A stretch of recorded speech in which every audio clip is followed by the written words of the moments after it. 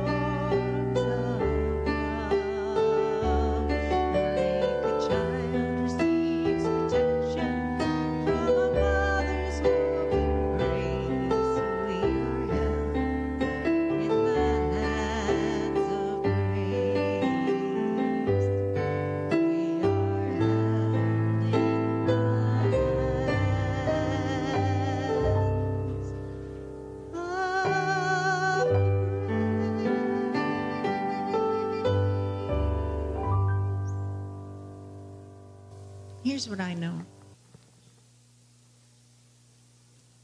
Sometimes the words are not big enough for the level of this force, this intelligence, this creative energy that we are made of and from. Everything seen and unseen, the magnificence of this whole universe that is created from this idea, this mind. And that we are perfect, whole, complete, mathematically correct manifestations of this creative energy. Perfect in every single way. And I believe, intentionally so, uniquely so, we're like a snowflake living on this planet, unchanged in your true nature. And so I claim for each and every one of you that your divine purpose is unfolding despite appearances to the contrary. At all times, that your heart is filled with your desires. And your desires lead you forward to what it is that you're supposed to do.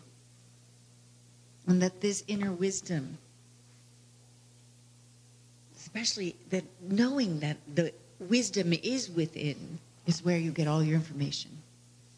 How you get your self-expression. How you share with the world your unique divinity as a divine spiritual being. That's what you are. And so I claim your highest good and the highest good of all our relations, which means every living thing. And so I'm so grateful for all the good that has come before me, the good that is here now, the good that is always coming.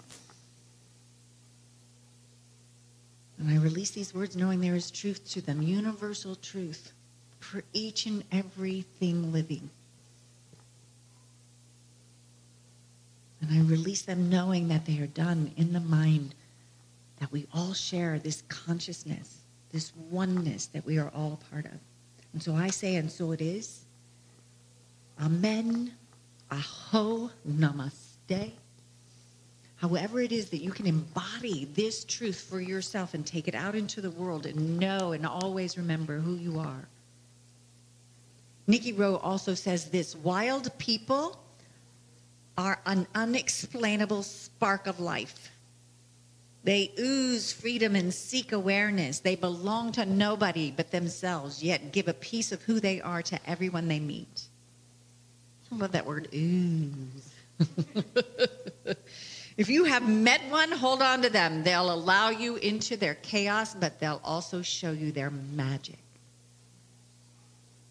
Now, this talk was inspired by a Prince song that Greg wanted to sing called Starfish and Coffee. We'll talk about it after he sings it, so come on up. Yay, you're welcome, Greg.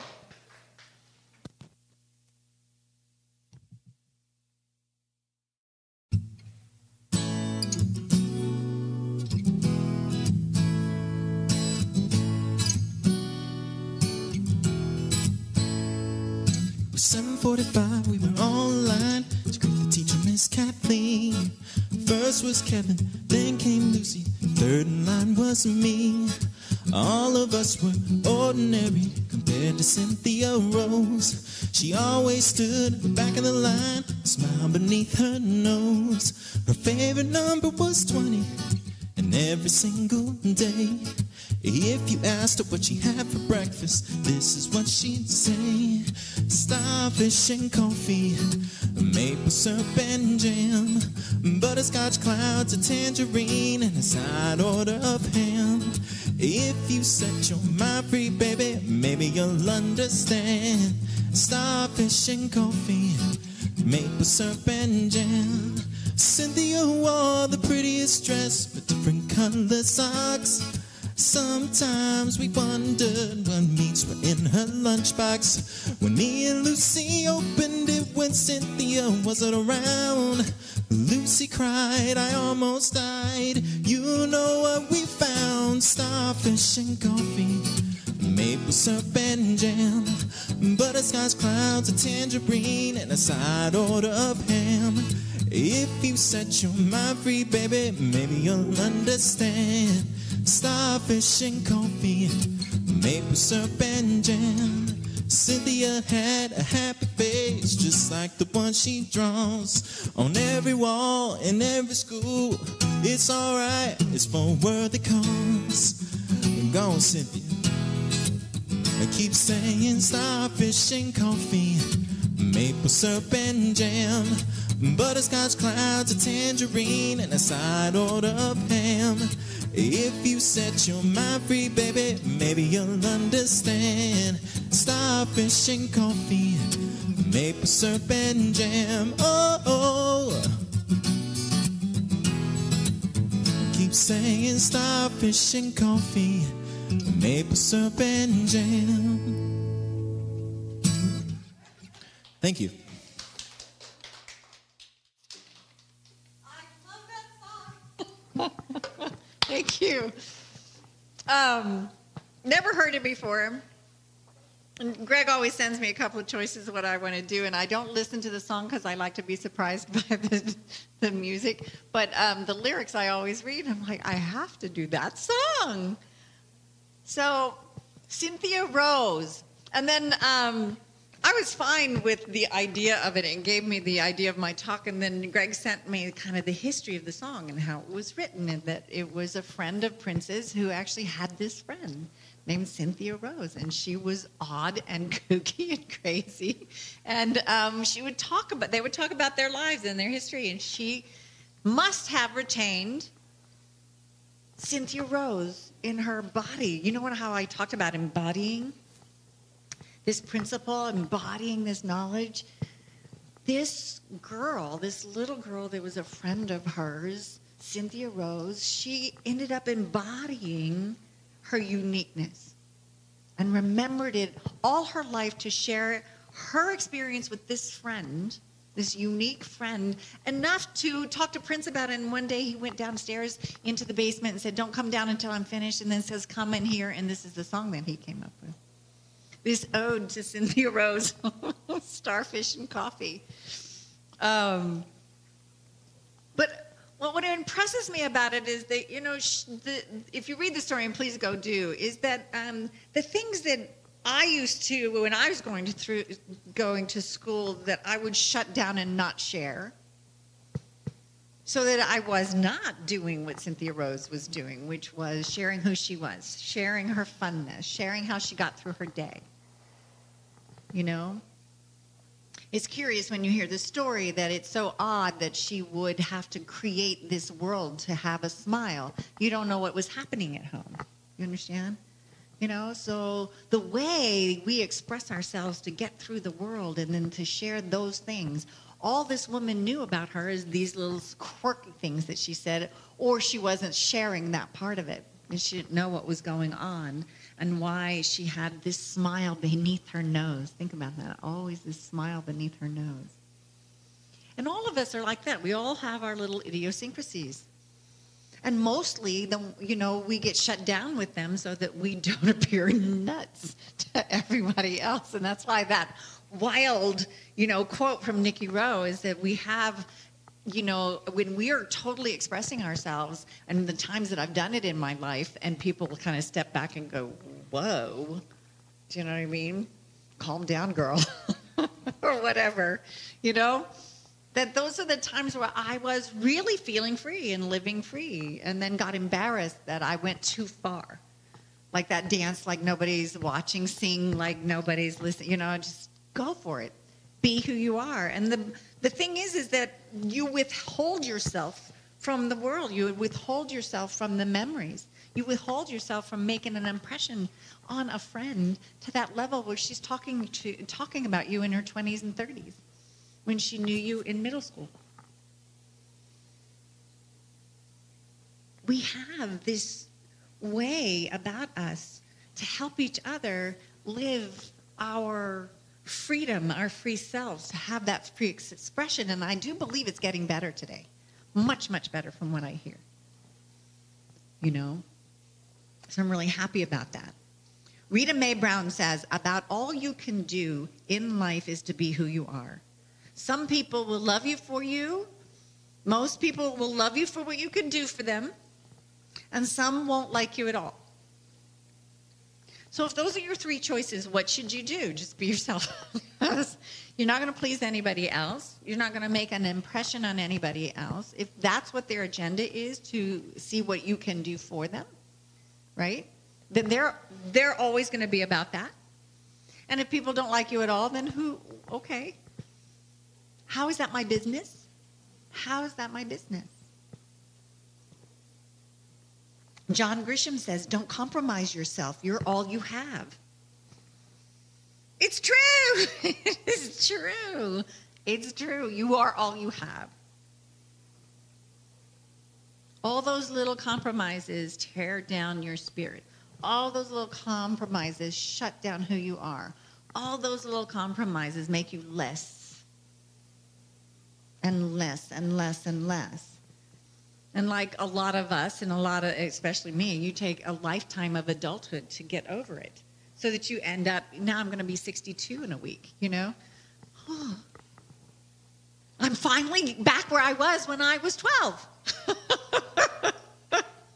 It shouldn't take a lifetime to get over myself. Do you know what I mean? And to get over what life did to me. But that is the truth. And it's the truth for a lot of people. Maya Angelou says, I can be changed by what happens to me, but I refuse to be reduced by it. So no, I don't even think I heard about Maya Angelou until she was already in her 50s and 60s.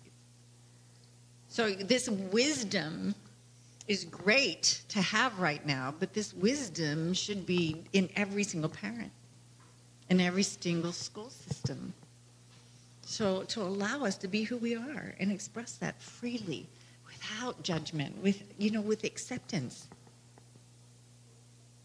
Lao Tzu says, when you are content to be simply yourself and don't compare or compete, everyone will respect you.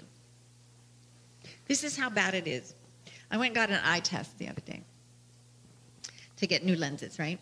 And they have this test where you have to have like this little button, and they make you cover one eye and look at one eye, and then there's like this little box, and then the lights go on, and you're supposed to hit the little button every time the light goes off. So first it's in the center, and then it goes off in the peripheral thing. And it's a test to see if you have depth perception or how much your peripheral vision is infected, right? I found myself competing with myself and how well I was doing while I'm taking the test. And then I had to laugh at myself for being competitive about a test that's supposed to help me, but I'm like trying to win, like it's a video game of some kind. Do you know what I mean? Instead of just doing what the test requires for my well-being. And then, of course, I knew what I was going to talk about today, so I'm thinking, this is how ingrained it is to be this competitive, to try and win something when there's nothing to win. And then I think I was so concentrated on my thoughts that my right eye, I have no idea unless I go take the test again, but there was this whole area that I missed. Probably when I was thinking, this is ridiculous, Colette, you're trying to compete with yourself and you're not even seeing what's going on. So I get in the way of my own well-being trying to compete with something that isn't even a test.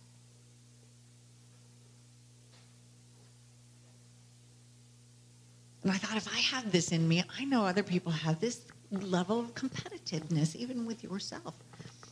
And especially even when it's not a test, and who likes to take tests? I have another story later about another test I had to take. Steve Mariboldi says, there is nothing more rare nor more beautiful than someone being unapologetically themselves, comfortable in their perfect imperfection. To me, that is the true essence of beauty. Brian Tracy says, never complain, never explain. Resist the temptation to defend yourself or make excuses. So my driver's license runs out on Tuesday. So you get that notification in the mail, and I'm going to actually go into, I had to get, I wanted to apply for what is now called a real ID. Have you ever guys have heard of this yet? You won't hear about it unless you have to renew your driver's license. So a real ID, R-E-A-L, is a driver's license that in 2020 is the only real ID they will accept for you to go into a federal building or on a domestic flight. Now, I looked into this, and it was 2003. After 9/11, they passed this law that said you have to have a real ID. Only they didn't start making them happen until this January 2018. 15 years later, it gets implemented. Only it's not out there for the world to know. So if you don't have to renew your driver's license in the next 2 years, and you think you can use your driver's license to get into a federal building or on a plane, you're going to get turned away. So just look into it. Anyway, I wanted to have my real ID, but this is what's required. A new driver's test, of course, my birth certificate, my marriage certificate, and a passport if I have one to prove that I am who I am. So I made an appointment for May 3rd, a month before May 3rd, and then I went to go to my appointment, and they didn't have my appointment on record. So I had to try and make another appointment, and then it would go past my birthday. So I went in, stood in the line, did the whole thing. So by the time I go looking, oh, you have to prove your address too, so I had to take a current bill with me. So first of all, it took me 5 hours to read the driving booklet and the manual. And every single practice test I took, I failed. So I'm going in with this idea. Because they don't just give you the straight, you know what I mean? They try and trick you. All those little trick questions, I miss them. Because it's not straightforward. I know the answer if you don't try and trick me. But if you try and trick me with the multiple choice, then I'm so gullible. I can't decipher it out. So these are all the things that I'm going to the DMV with, right? And I grabbed my passport and realized that it expired in March. Just this past March. So I go, they're not going to accept my passport. And my name is not the same name that I use on my birth certificate. So my birth certificate says Jean Colette. That's how I was raised. And of course, I wanted to change it my whole life because whenever you go into, but I've always been called Colette. But it was just Jean Colette because that was a funny thing for my parents to do. But so I've been called Jean anytime they make a roll call. And then I'm going, no, it's Colette. What? So I finally changed it when I was an actress. I got a new name. And I changed it. And I looked in the laws, and of course, this was 1989 when I changed it. And the laws in California said if you don't change it for any, nefarious purposes, then it's illegal. You just change it with the bank and let people know and go to the DMV, and they'll just do it. So I did. And that's how it worked. And I used it as a stage name. So when I decided that I needed to go to England to study Shakespeare and Jacobean tragedies, I needed a passport. So I go with my driver's license and this name, and they want my birth certificate, and it's not the name. And I don't have any paperwork. So I had to go through this whole rigmarole to prove who I am. The whole point is that I have to prove who I am in this world and jump through all these hoops today. Now, I had to show them my birth certificate. Now, who even knows where my birth certificate was? My parents had it the last time I saw, and I'm now turning 40. So I had to go and apply for another birth certificate, and the place that was holding my birth certificate where I was born burnt down. So after tons and tons, and this was pre-computer, by the way, guys, so after tons of phone calls, I finally got a certified copy of my birth certificate. And even this one doesn't even tell what time I was born. So it's like, so I have this birth certificate that does not relate to any name that I've been using since 1989. I'm taking to the Department of Motor Vehicles with an expired passport that's only 2 months gone, right? And they're looking at me like, well, there's no way for us to know who you are. And I think about people who really don't have documents and how they prove who they are, because I'm trying to go through hoops just to prove who I am. I've got a bill that comes to my address to my full name. I've got a driver's license that they gave me after I was married with my full name. I've got a passport that I've had for 10 years that I've used, and I've traveled with that name. I've had a driver's license with that name for at least 15 years, and we don't know who you are.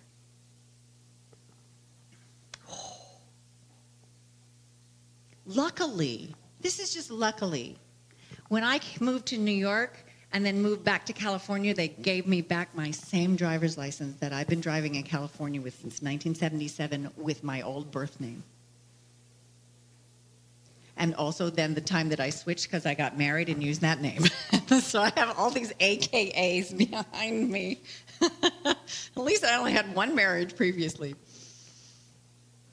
But as I'm going through this process, I'm knowing what I'm going to talk about today and these hoops that I had to prove. They literally made me sit for 45 minutes while they called Sacramento to see if it was okay that I was me, to let me have the name that I've been living with since 1989. And then I thought I was bad until this woman came next to me, and she's been trying to prove who she is since 1967 because her birth certificate got burned and no one can find it. And she was born in this country in 1940-something, and she cannot prove who she is.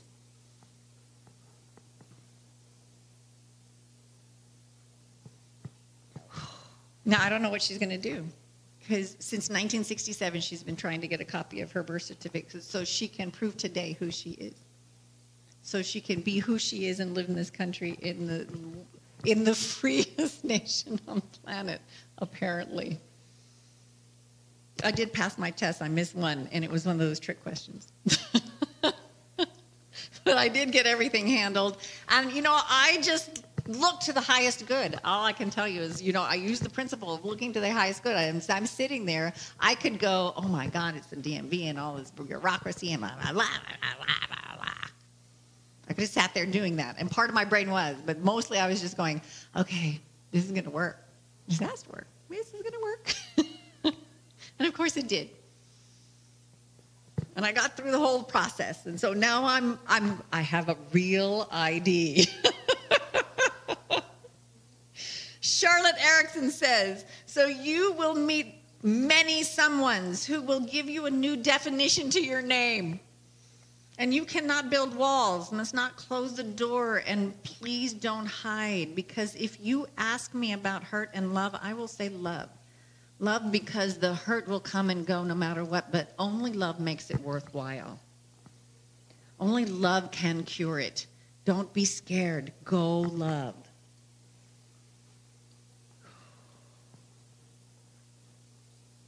You know what? I think that's why betrayal is so devastating.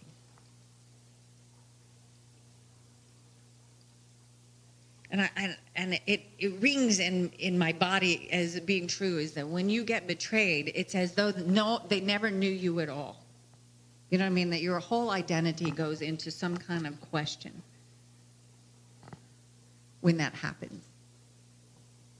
And it's not like you didn't know who you were, but the fact that you were with somebody or you knew somebody and they betrayed you on the level of devastation, it's that they never got you.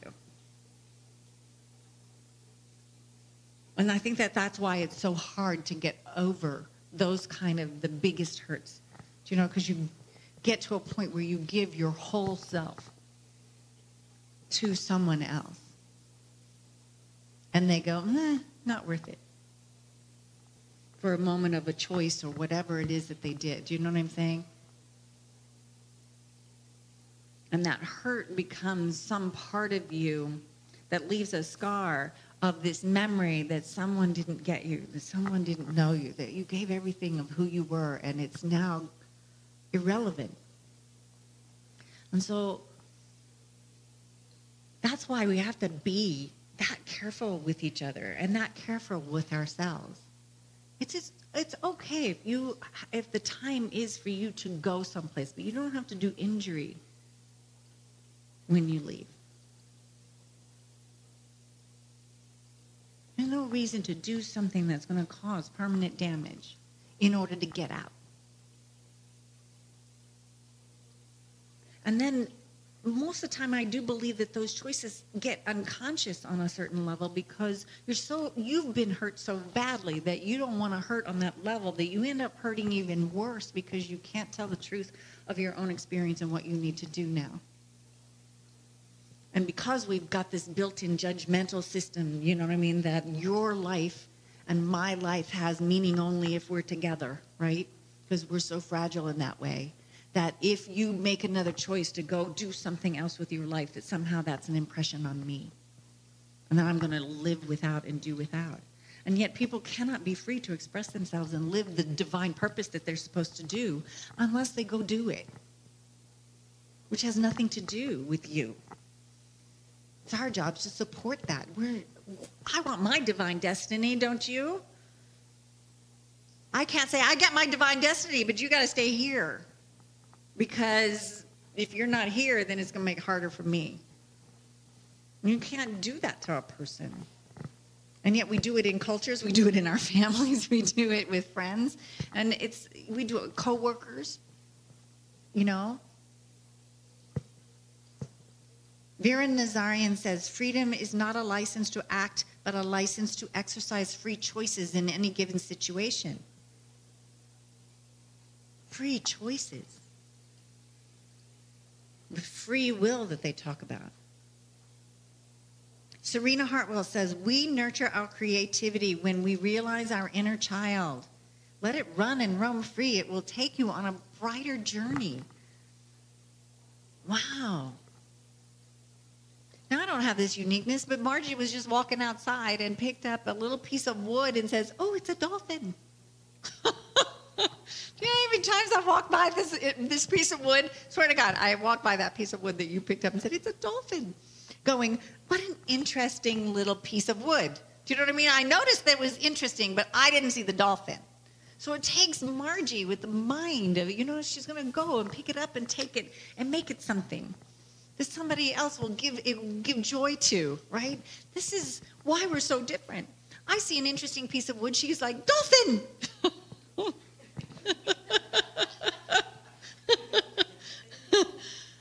how great is that? How great is that? And then she's handing it to you. It is a dolphin! What a beautiful thing.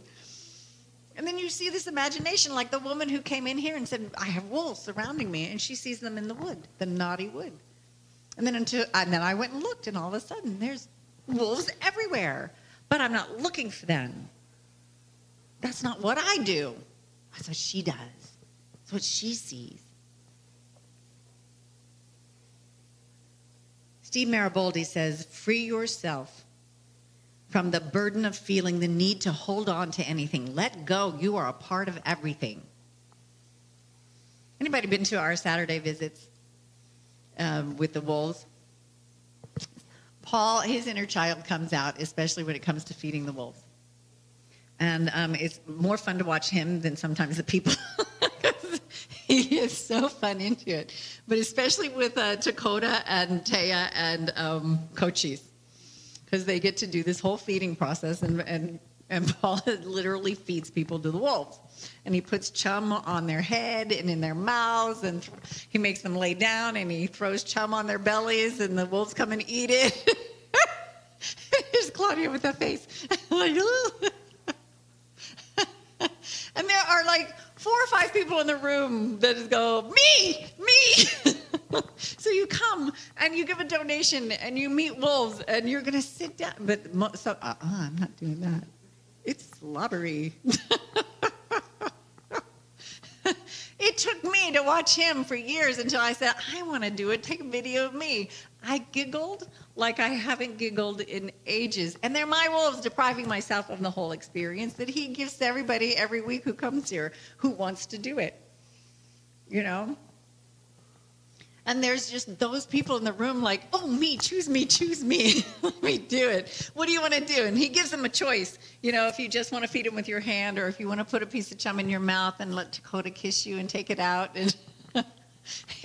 Or you get fed to the wolves, where you get chum in your hands and you get thrown to them and you get laid down and then chum thrown all over your body and the wolves get to eat it. And so it's this huge fun process. And there are people who sit in their chairs and you want to do it. They're so tied up. They've got their knees crossed. They've got their arms crossed. They don't even speak. It's just, I'm not going to do it. With that, they're watching other people be safe and sound. The wolves don't even step on them. They're so gentle about it. It's hysterical. And plus it tickles. So it's so much fun. But that thing of, it's like get back to your inner child, the things that you would do when you were a kid, when you were fearless, when you hadn't had so many emotional hurts, where you would just try anything,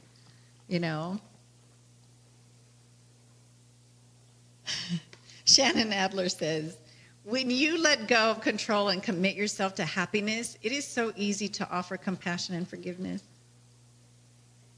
This propels you from the past into the present. People that are negative spend so much time trying to control situations and blame others for their problems.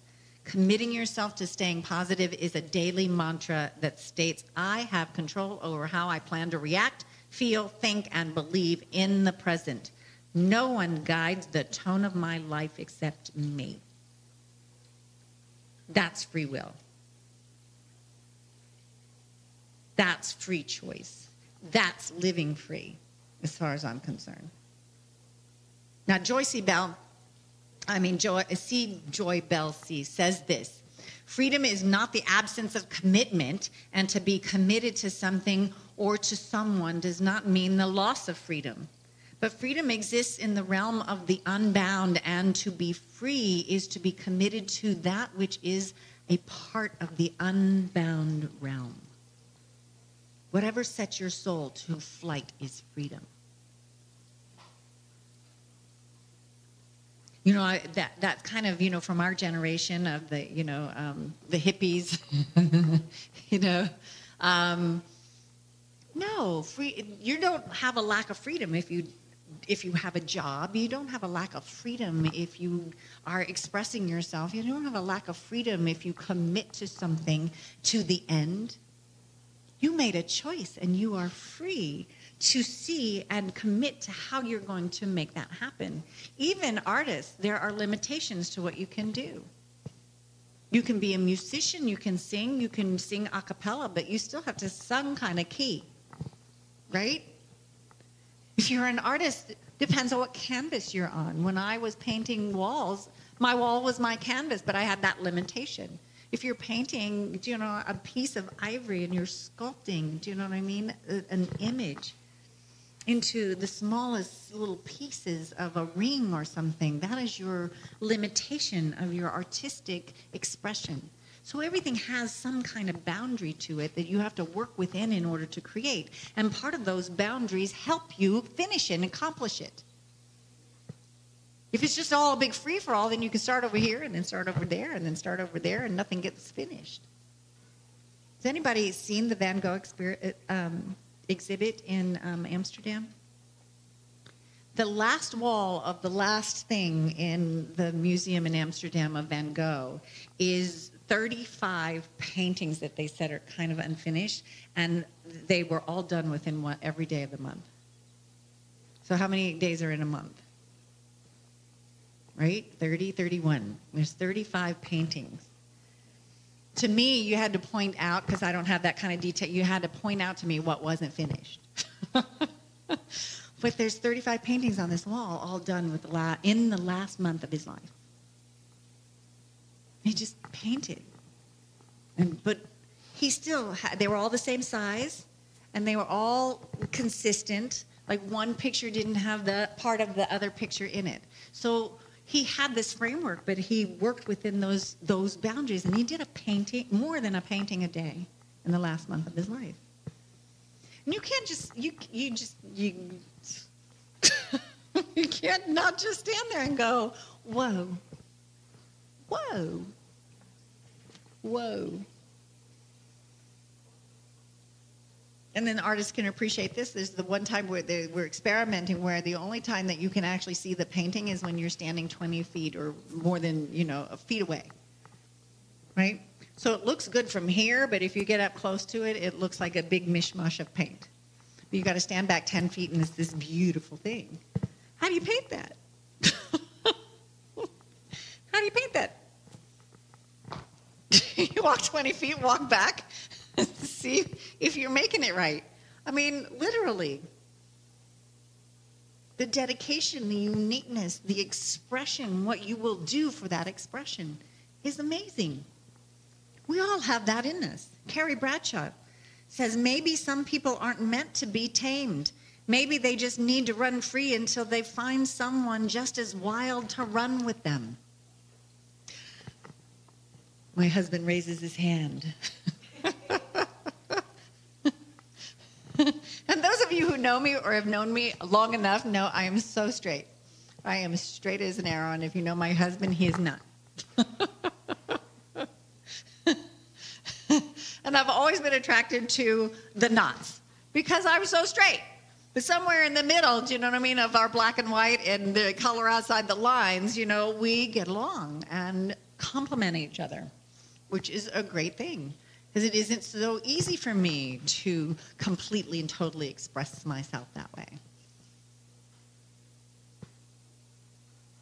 John Krakauer says this: he was unheeded, happy, and near to the wild heart of life. He was alone and young and willful and wild-hearted, alone amidst a waste of wild air and brackish waters and the sea harvest of shells and tangle and veiled gray sunlight. He kind of goes on. But, you know, I was noticing in the last few quotes, which is what you're going to hear, is that a lot of freedom has to do with nature. Connecting with the nature. Go out and be in nature. We are from it, by the way. We were born of it. You know? Nature's path means something here. I live with wolves. I can't be that straight. You know? There is something in my heart that drew me to this place, to this person, to these animals, to you in this room.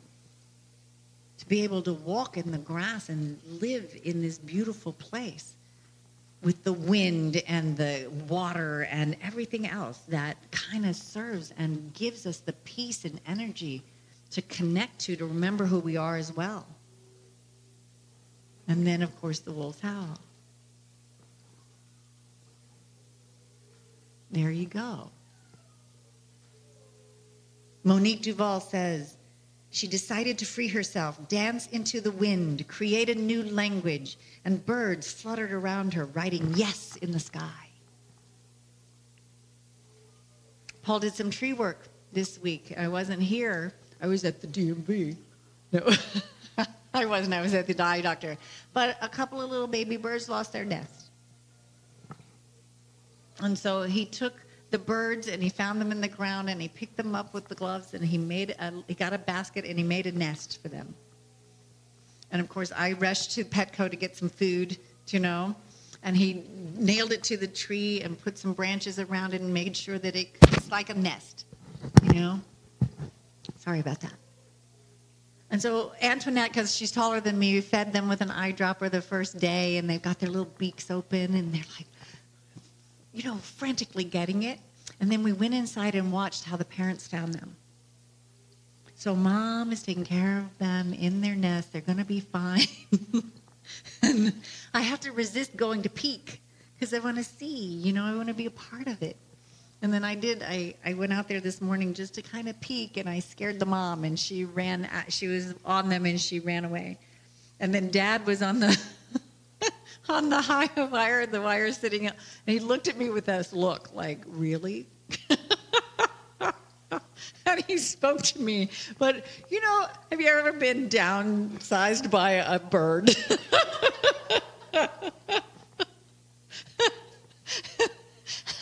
I got it from a couple of feet away, and I'm like, I'm so sorry. I'm looking up, and this male bird is just looking at me. So I'll leave them alone now. But I know they're okay. Part of my job was to know that they were okay. And the being able to participate with nature on this level is so amazingly, it's such an honor. I don't know how to explain it, but it's just, you know, and then all of us standing in the office going, is she going to go? Is she going to go take care of them? And then she flies over and she's feeding them. And she's digging in the yard to get them worms and giving them little pieces. And we're like, oh. What a great experience. C. Joy Belsey says this again. I don't have a diary. I don't write things into a diary. I imprint myself into the sky, and when the sunlight shines brightly, I can stand under the sun's rays, and everything I have imprinted of myself into the sky, I will begin to see again feel again, and remember again. And when the wind begins to blow, it blows the details over my face, and I remember everything I left in the sky and see new things being born. I am unwritten. From this moment on, you really are. You are unwritten. What you do from this moment on, where you step, that's you. It's a new page. It doesn't have to be written down. It just has to be imprinted in the energy of the life that we were given and that comes to us freely. To live free, expressing that way.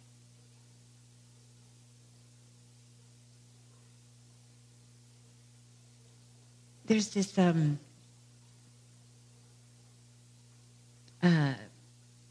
one Monday a month, we go down to Acton Rehab and we take the wolves, and these people are struggling to be free again, to be free from an addiction, you know. And I talked about, you know, you're here in recovery because that's what they call it, but you're not here recovering from something. You're here to recover your soul. Recover yourself while you're here. And I thought about this, I don't know why it brought me up again, but, you know, some ideas about what God is have not been helpful in our lives. And I thought about this quote, that really famous quote that God doesn't give you anything more than you can handle. And I'm like, really? That really sucks, you know? Well, you know, handle this. For anybody who's been struggling through anything, and the idea that a God that made us perfect, whole, and complete, you know, would give us these things, for what purpose? What purpose would that serve? I personally don't believe that that is a godlike thing, that, you know, there's something up there that's deciding who gets to suffer this misery right now and see if they can handle it, you know? The idea to me is preposterous. This is what I believe. And Jazz Gill says this: "Dear fellow human being, you were born wild. You don't deserve to be tamed. Tell yourself you do not deserve this. All those toxic words you have to listen to from people, all those fears they try to pin on your mind, all those giggles they aim at your dreams, all those judgmental stares inspecting your individuality, all those fingers pointing towards your crude character, all those shackles that tie your feet to social expectations, all those cages that do not let your imagination fly free.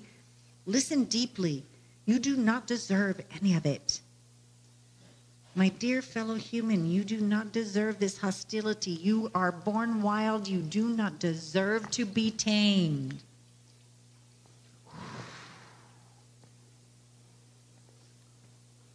Christy Bowman says, "When we awaken to our truth, we realize we are free."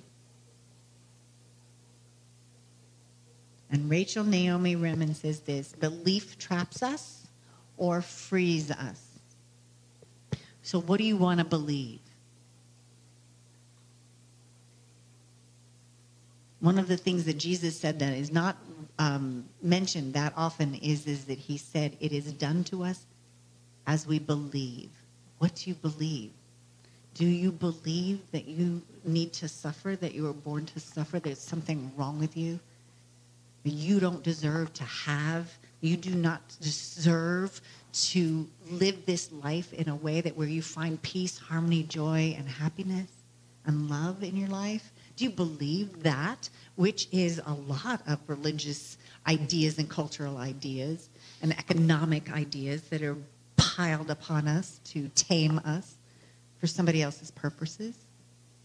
Or do you believe that you were born free?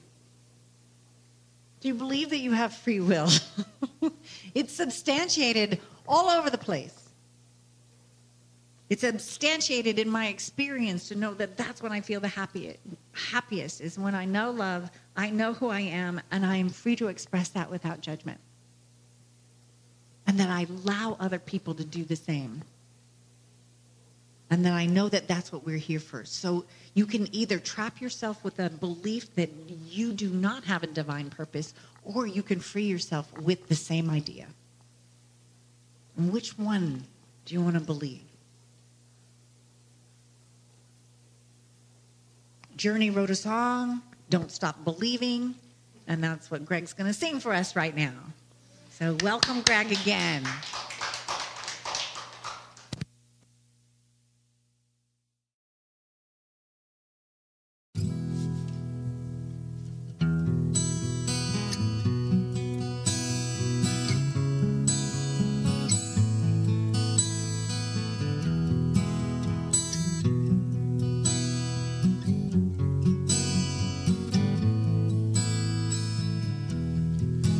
Just a small town girl living in a lonely world. She took the midnight train going anywhere. Just a city boy, born and raised in South Detroit. He took the midnight train going anywhere.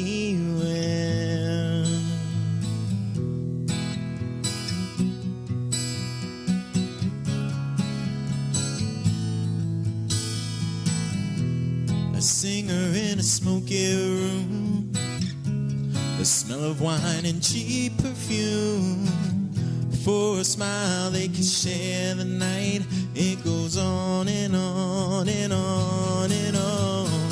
Strangers waiting up and down the boulevard. There's shadow searching in the night. Streetlight people living just to find emotion, hiding somewhere in the night.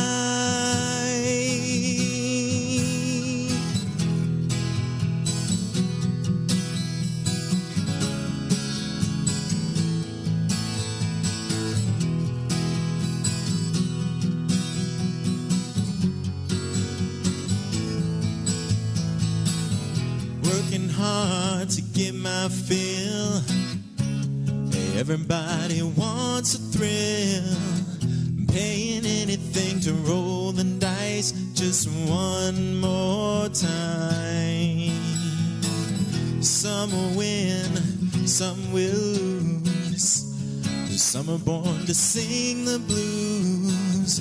Oh, the movie never ends. It goes on and on and on and on. Strangers waiting up and down the boulevard. There's shadows searching in the night. Streetlight people living just to find emotion, hiding somewhere in the night.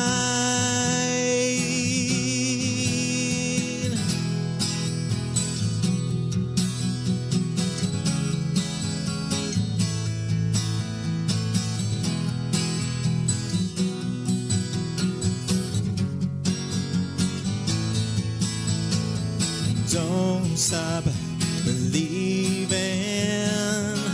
Hold on to that feeling. Streetlight people, don't stop believing. Hold on to that feeling. Streetlight people.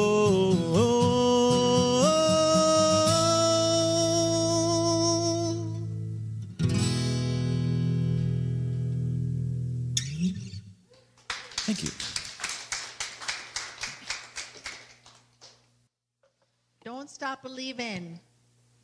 Albert Einstein says our task must be to free ourselves by widening our circle of compassion to embrace all living creatures and the whole of nature and its beauty. And that includes you. That includes you. So, thank you, everybody. That was a fun talk. Starfish and coffee. You are uniquely perfect. I want you to know that. Anyone who can hear the sound of my voice, you are special, whole, complete, necessary human beings. And we need you. And you matter. Oh, namaste, everybody. Oh, I just want to say that, Shadowland Foundation and what we're doing here with Nature's Path and the Wolf Wisdom Talks all sprung from what we learned from these incredible animals. So I just ask that you support us in any way that you can. If you have a monetary gift that you want to share with us, you can donate on our homepage and find us that way. We really do depend on the kindness of strangers. So if you have a love offering, you can give one today. Also, the jars are out there. We don't pass a basket. So, and if you're at home listening, we appreciate anything that you can do for us.